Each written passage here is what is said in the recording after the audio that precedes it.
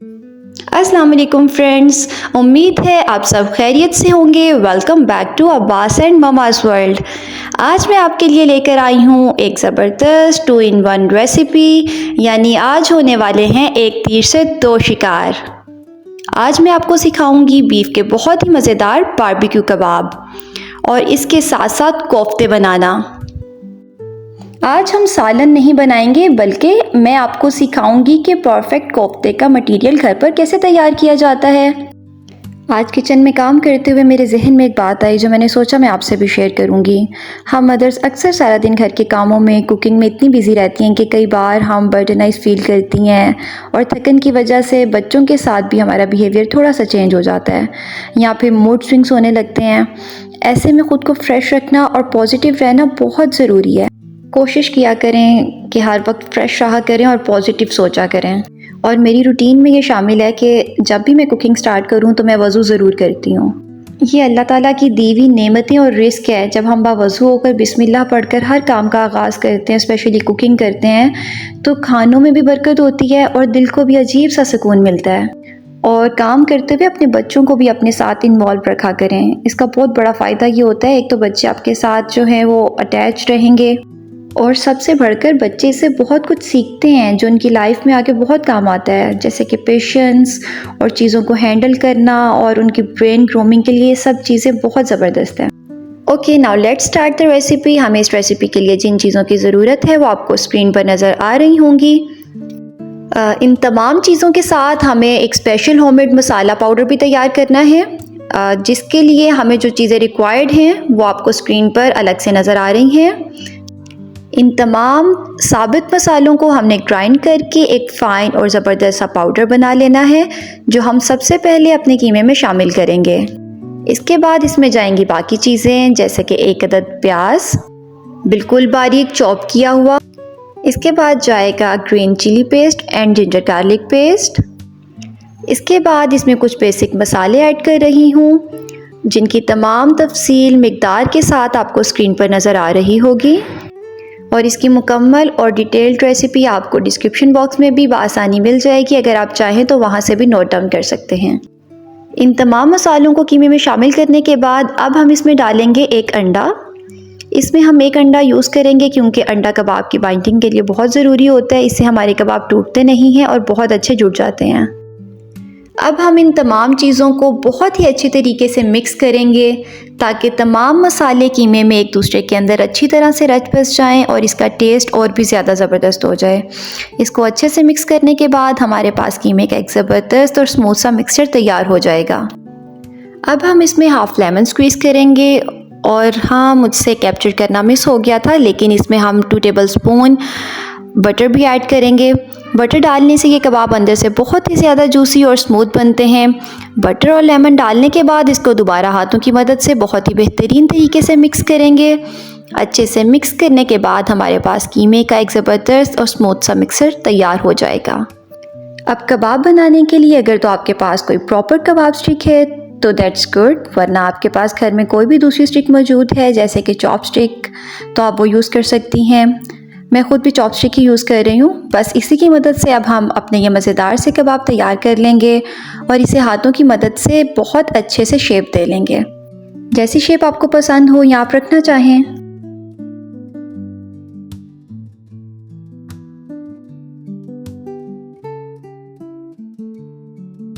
हमारे ये ज़बरदस्त से कबाब बिल्कुल तैयार है। इसके अलावा जो कीमा हमने बचा लिया था, अब हम इसके मज़ेदार से कोफ्ते तैयार करेंगे।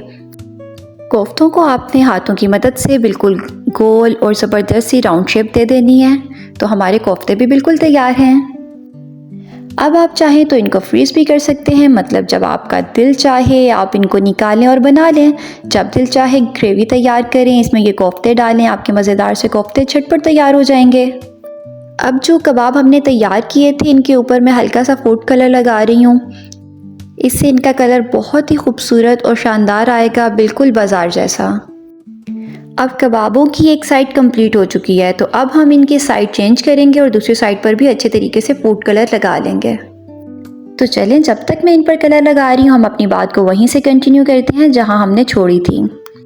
आज के दौर में बच्चों को अपने साथ इंगेज रखना बहुत ज़रूरी है।